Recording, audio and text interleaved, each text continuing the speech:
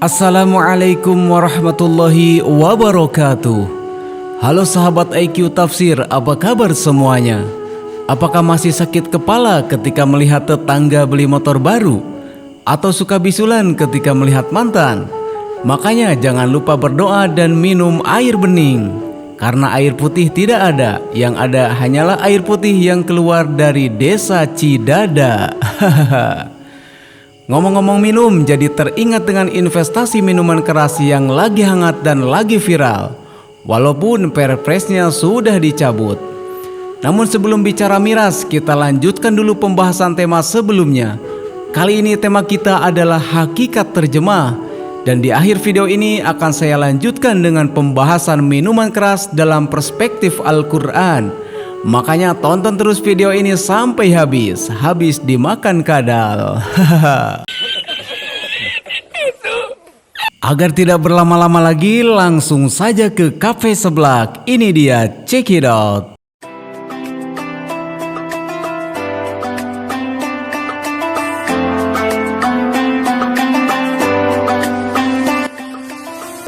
Selain kata tafsir dan takwil, terjemah juga menjadi peranan utama dalam memahami Al-Quran. Kok kayak sinetron Indosiar ya, ada peran utama segala. Sebagaimana diketahui bersama, tapi bukan bersama mantan ya, Al-Quran yang berbahasa Arab tidak sepenuhnya dapat dipahami oleh semua orang Arab. Apalagi yang bukan orang Arab. Ternyata orang Arab juga ada yang bahlul ya. Oleh sebab itu, maka terjemah memiliki peranan penting dalam memahami Al-Quran. Menurut Ibrahim An-Na'mah dalam kitab Ulumul Quran, terjemah merupakan bahasa serapan dari bahasa Arab at-tarjamah. Dalam bahasa Arab, kata terjemah memiliki dua arti. Pertama, terjemah adalah memindahkan kalimat atau perkataan dari satu bahasa ke bahasa lainnya tanpa menjelaskan makna asli dari bahasa yang dipindahkan, serta tanpa menjaga susunan dan makna dari kalimat asal. Terjemah seperti ini disebut dengan terjemah tafsiriyah. Kedua, memindahkan kalimat dari satu bahasa ke bahasa lainnya, serta menjelaskan maknanya dan menjaga runtutan kalimat dan makna asli. Terjemah ini seolah-olah hanya mengganti suatu lafaz. Terjemah ini disebut dengan terjemah harfiah. Jadi terjemah terbagi dua, satu terjemah harfiah, yang kedua terjemah tafsiriyah.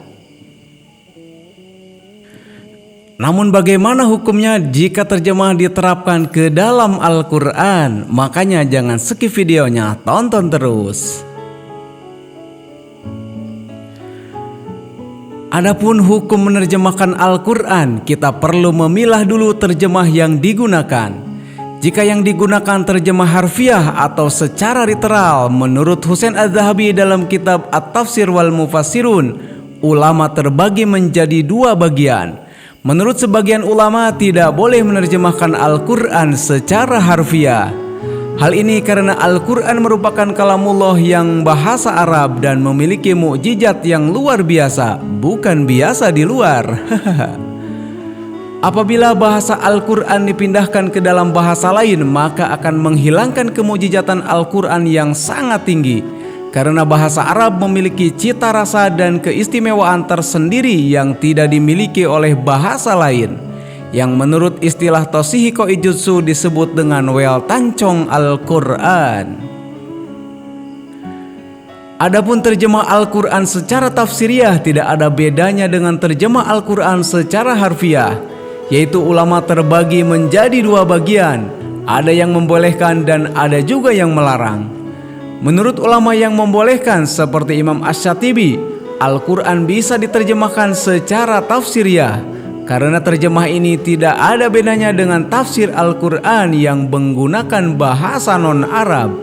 Sementara menurut Ibrahim An-Na'mah, terjemah tafsiriyah sama saja seperti terjemah harfiah, yaitu akan menghilangkan kesusastraan Al-Quran yang sangat tinggi yang tidak dapat digantikan dengan bahasa manapun.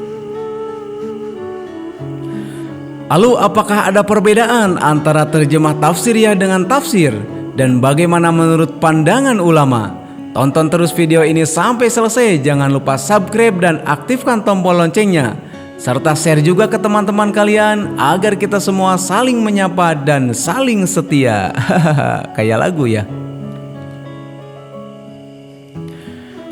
Menurut Husain Az-Zahabi dalam kitab Tafsir wal Mufassirun bahwa terjemah tafsiriyah tidak ada bedanya dengan tafsir, yaitu sama-sama merupakan penjelas atas ayat-ayat Al-Quran. Namun ada hal yang membedakan antara keduanya, yaitu perbedaan dari bahasa yang digunakan. Jika tafsir menggunakan bahasa Arab, sementara terjemah tafsiriyah menggunakan bahasa non-Arab. Mungkin itulah sekilas tentang definisi terjemah dan perbedaannya dengan tafsir. Selanjutnya saya akan mengulas seputar berita yang lagi viral, yaitu tentang miras beserta investasinya dari perspektif Al-Quran. Menurut Imam Nasyafi dalam kitab Madarikut Tanzil, minum-minuman yang memabukkan alias khamar merupakan tradisi bangsa Arab yang sudah membudaya dan susah untuk dihilangkan, sehingga Allah Subhanahu wa Ta'ala mengharamkan khamar secara bertahap agar mereka dapat menerima keputusan final itu dengan kondisi jiwa, emosi, dan sosial budaya yang kondusif. Pada tahap pertama, Al-Quran mengajak mereka untuk merenungkan bahan baku khamar yang sangat baik dan enak dikonsumsi sebelum menjadi khamar, sebagaimana dalam Quran Surat An-Nahl ayat 67 yang turun di Makkah. Kemudian pada tahap kedua, Allah Subhanahu wa Ta'ala mengingatkan mereka bahwa khamar itu bermanfaat, namun dosanya lebih besar daripada manfaatnya. Al-Quran juga mengajak mereka membuat penilaian yang objektif terhadap khamar dengan mempertimbangkan manfaat duniawi dan madarat ukhrawi. Hal ini dijelaskan dalam Quran Surat Al-Baqarah ayat 219 yang turun di Madinah. Pada tahap ketiga, Al-Quran melarang mereka sholat dalam keadaan mabuk, sebagaimana tersirat dalam Quran Surat An-Nisa ayat 42 yang turun di Madinah. Selanjutnya, Al-Quran melarang minum khamar secara total dan final, sebagaimana yang terdapat dalam Quran Surat Al-Ma'idah ayat 90 yang turun di Madinah juga. Setelah ayat terakhir tentang khamar ini turun, lalu sahabat mempertanyakan nasib para sahabat yang wafat sebelum ayat ini turun, yang mana mereka pada masa hidupnya meminum khamar.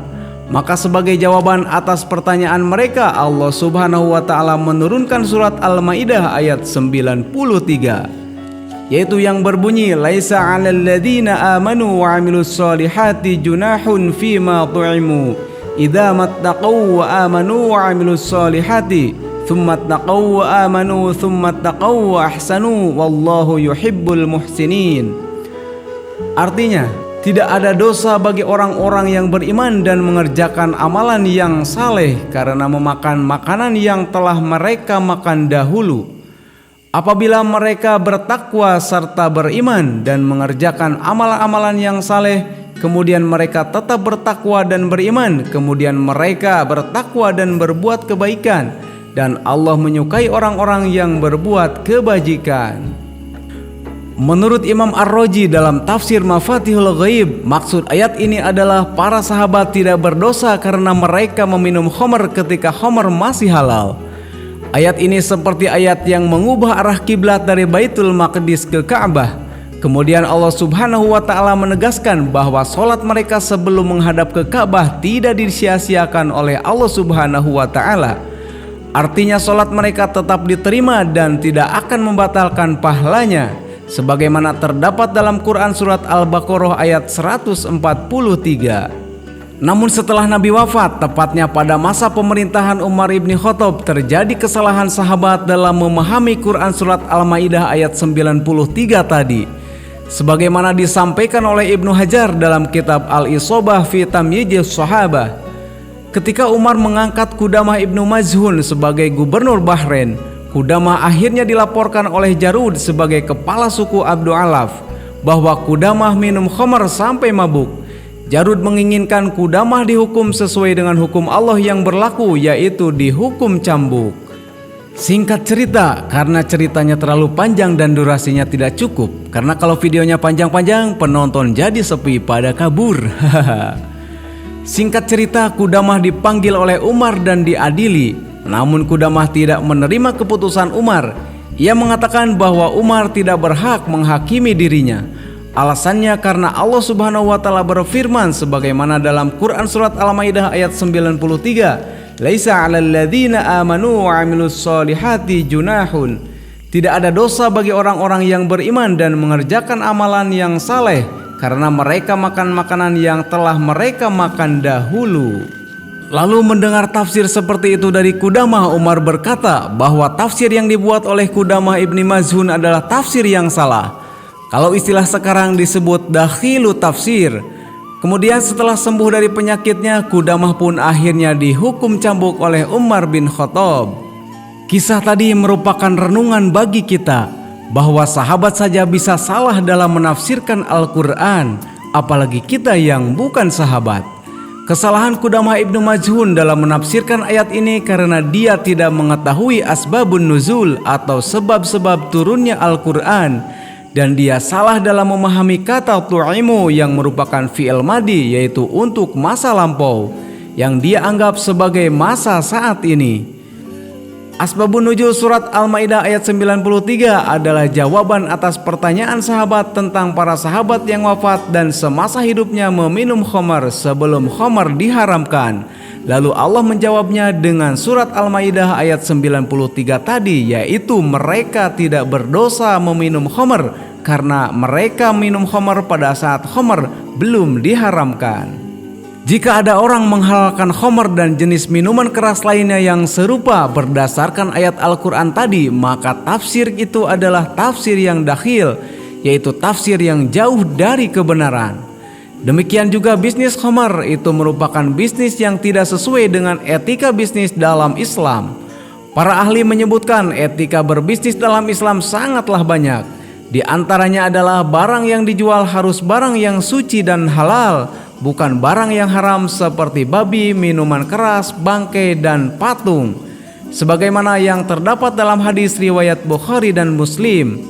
An Jabir radhiyallahu anhu anna Rasulullah sallallahu alaihi wasallam qala inna Allaha wa rasulahu harrama bai'al khamr wal maitah wal khinjir wal asnam. Diterima dari Jabir, sesungguhnya Rasulullah sallallahu alaihi wasallam telah berkata, Allah dan Rasulnya mengharamkan jual beli khamr, jual beli bangkai, jual beli babi, dan jual beli patung. Mungkin sekian dulu dari saya. Kalau ada jarum yang patah, jangan sampai ditaruh di dalam mulut, bisi kacekang. Hahaha. Kalau ada kata yang salah, anggap saja itu isi kadut. Wassalamualaikum warahmatullahi wabarakatuh.